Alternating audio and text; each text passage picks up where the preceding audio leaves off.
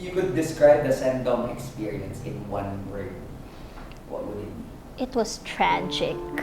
It was really painful. Life-changing. Redirecting.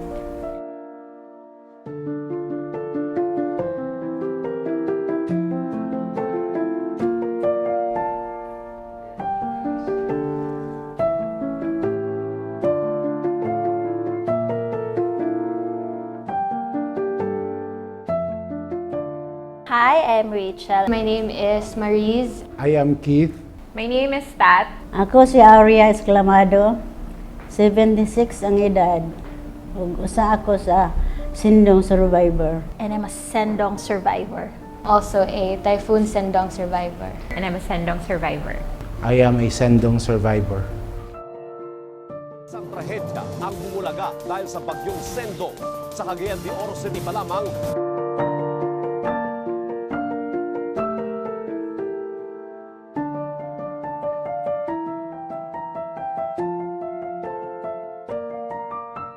I'm here because I was invited to share about my Sendong experiences and everything that I've went through to be where I am right now. This interview might be something that will open up some wounds from the past. I'm here because foremost I am a survivor, and that experience of mine has something to do with our environment, and it is aligned with my advocacy, which is in nurturance of our environment. While I was writing the letter, it took me back to the year 2011. Yes.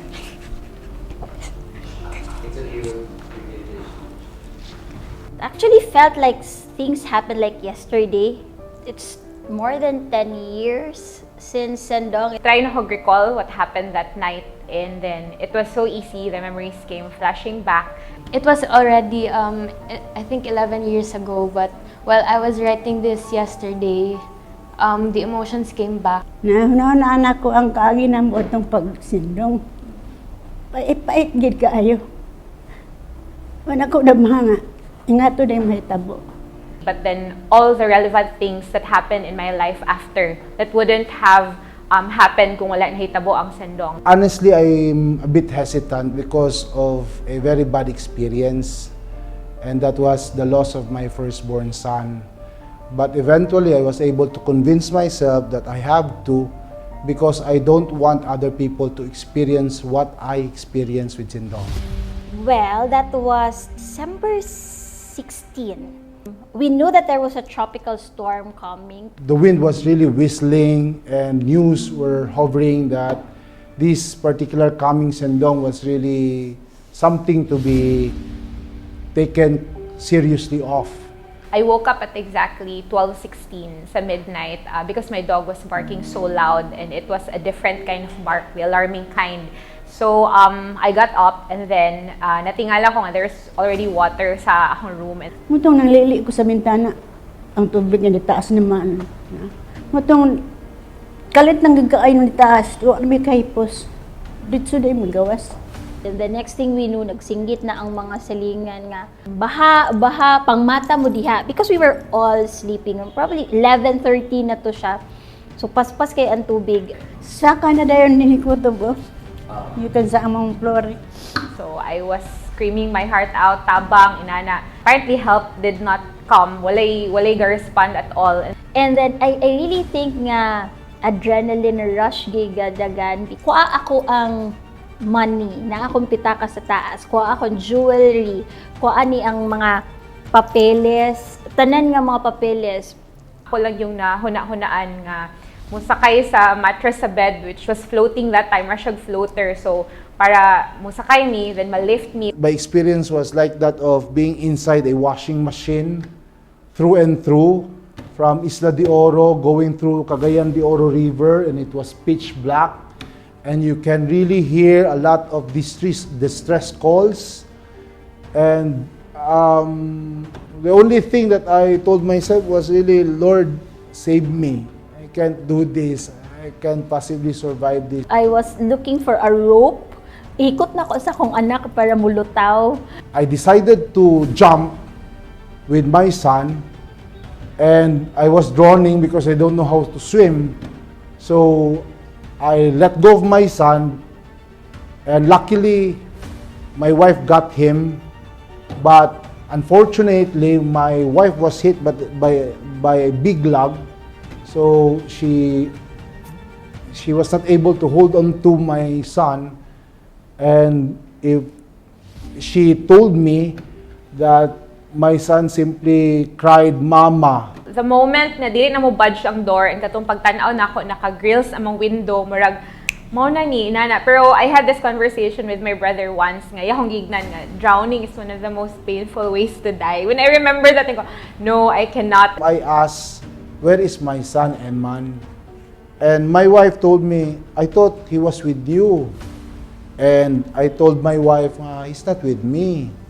So that was the time that I was really crying. Nihunong ang pagsaka sa tubig, and it was dead silent, like eerily silent.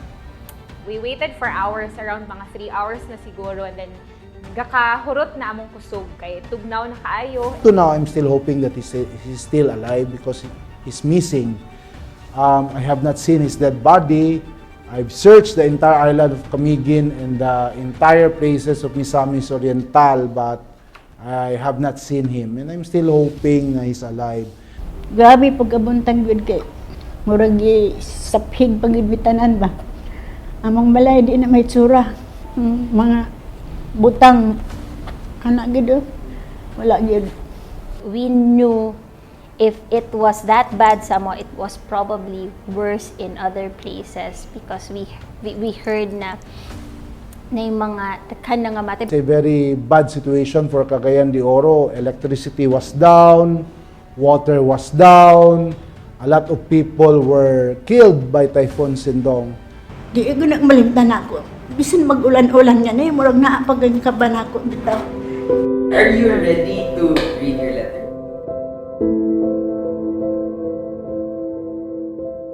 Dear future Rach, Dear future Keith, Dearest future Tat, Hi, future Maries. Dear ang future Auring. how are you, Keith? 11 years after Sendong. Are you okay? Are you still looking forward? Did you sorely miss your firstborn son, Kyle Emmanuel? it's been 31 years since that night, the night that shook your whole life and led you to a path you never would have imagined to walk on. You are now 42 years old. How time flies so fast. But before I ask you how you're doing, I want to bring you back to exactly 31 years ago when you had to go through the most drastic and life-changing experience you have ever encountered. Noong December 16, 2011, mga 11 p.m. sa gabi, you packed your things for your flight the following morning for Manila. You didn't expect that Sendong's tragedy happened. You were 11 years old back then. It was the Christmas season, and during that day, you volunteered for an outreach program just a few minutes away from your house. Suddenly, it started to rain very hard, and it only got stronger as the hours passed. pila ka tuig naman di ay ang nilabay sukad nga na sinati nimo si Bagyong Sendong ni adtong Disyembre sa 2011. Apan presko pa man gigihapon lagi sa imong panumduman ang mga panghitabo. Labi na ug kusog kaayo ang ulan. Ilabi na ug makita nimo nga ngit-ngit ang mga panganod. Madumduman pa man lagi na gihapon nimo ang kahadlok nga mipuno sa imong kinatibukan. Ilabi na ug makakita ka og dagkong kilat sa mga langit. Madumduman pagyapon nimo ang kahadlok sa dagway sa imong anak. Nga upat ka tuig pa atong panahon na. Ikaw, siya ug ang imong pamilya kahadlok ang biguhit sa inyong mga dagway adto. It's funny how when you think of Sendong, hundreds of memories come flooding back. The good, the bad, the endings, and the beginnings. Like the pitch black room you woke up to at midnight. The pounding on your chest when the door wouldn't budge. The comforting gaze of Jesus from a poster on your neighbor's wall. The sound of your dad's voice screaming your name through the darkness. The eerie, empty silence of the neighborhood you grew up in. The smell of mud floating in the city air. The people lining up for clean water. The wind that whistled on that very night. The mighty roaring sound of a muddy water of the archaic Cagayan de Oro River. The soul-wrenching and the heartbreaking sounds of desperate pleas and cries around and within the environs. Still very fresh, still very painful. Dayon, nagbalita na pagkabuntag nga daghan ng mga nangaanod, daghan ng patay. O nagbakwit mi dito sa akong anak, dito sa Assumption Village. O dinhin ako na-experience ang kalisod nga among kahimtang. The next morning, you got to see the aftermath of Typhoon Sendong. There were a lot of things happening outside. People talking, rescue trucks passing by, trees have fallen, dead bodies being wrapped, and the list goes on. As you reached the factory of your family business, the place was a total wreck. The pieces of equipment your family invested were ruined. Everything was a wreck. It still didn't sink in, but later on, you got to question, how will we ever recover from this? Pero sakto na. Dumdumi na kanunay. Dumdumi ang imong mga nakita na dungog o gibati ni adtong gabiuna. Aron dalhon nimo sa matag adlaw ang mga natun-an nimo adto.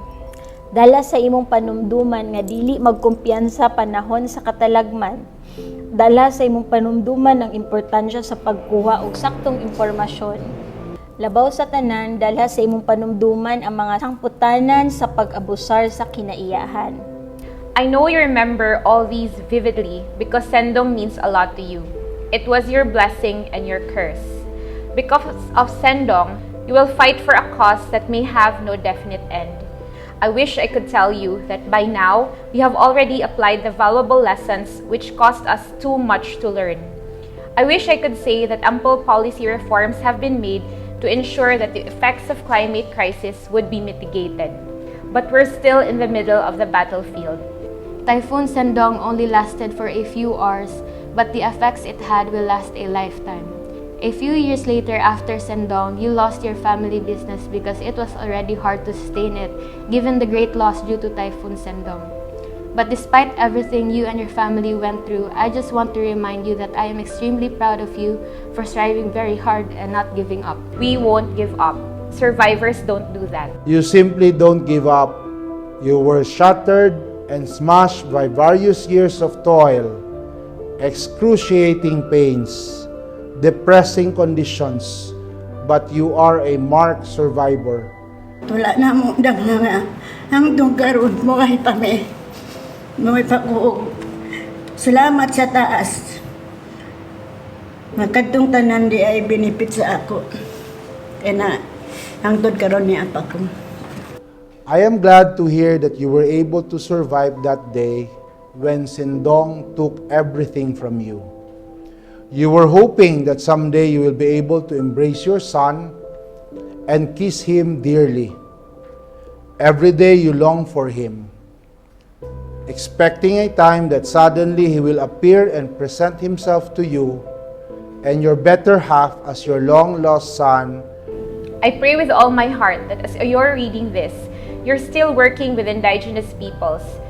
I hope you still believe that protecting forests mean protecting the people, from the upstream to the downstream communities. Itudlo sa imong mga anak ang importansya sa paghuna-huna o pag-alima sa kinaiyahan. Ang paglabay sa sakto sa ilang mga basura, ang pagtanom og mga kahoy. Ipasabot kanila ang papel sa mga lasang, sa pagpubugong sa tubig, sa baha. Himuha ang imong kaagi sa Sendong nga maoy magiya kanimo ug ang imong mga anak nga magmatarong sa kinaiyahan. Future Maries, I hope the world you are living in today is so much better than the world you lived in 31 years ago. I know you are still pursuing your passion to be an advocate for the protection of our environment. Meanwhile, as I am writing this to you, all I can do is act on it and hope for a better tomorrow. You've always been fascinated by the forest ecosystem, how one thing is interconnected with the other. May you recognize that you're not in this journey alone. May you do your part, knowing that in the greater scheme of things, each has a crucial role to play, no matter how big or how small. May the forest be with you. Reading that letter to my future self, I feel hopeful, and honestly at the same time, I'm afraid that I won't be able to fulfill all the hopes that I have for myself na wala na ako nag-fight for. If si future self ang mubasa, siguro maingon yun siyang now you know. During that time, honestly, as an 11-year-old, dagan yung kay ko gi-blame adto why nahitabo ang Sendong. I blamed the government ngano inanilahang ways. I blamed nga ngano wala man kayo may giignan to prepare for the Sendong nga na ay super typhoon paabutay. There was already a UP study, if I'm not wrong, that warned our local officials prior to Sendong, but they never entertained it. It actually makes me feel bad and sometimes makes me feel mad, angry sa atong mga gapilion nga leaders. Because after all, kung ako lugar ha, may microscopic nga sense, di man ako nagputol sa kahoy. Pero nadamay man ko, kinsa may naghatag og permit ani nga mga activities to take place. Daghan kaayo layers of issues adto.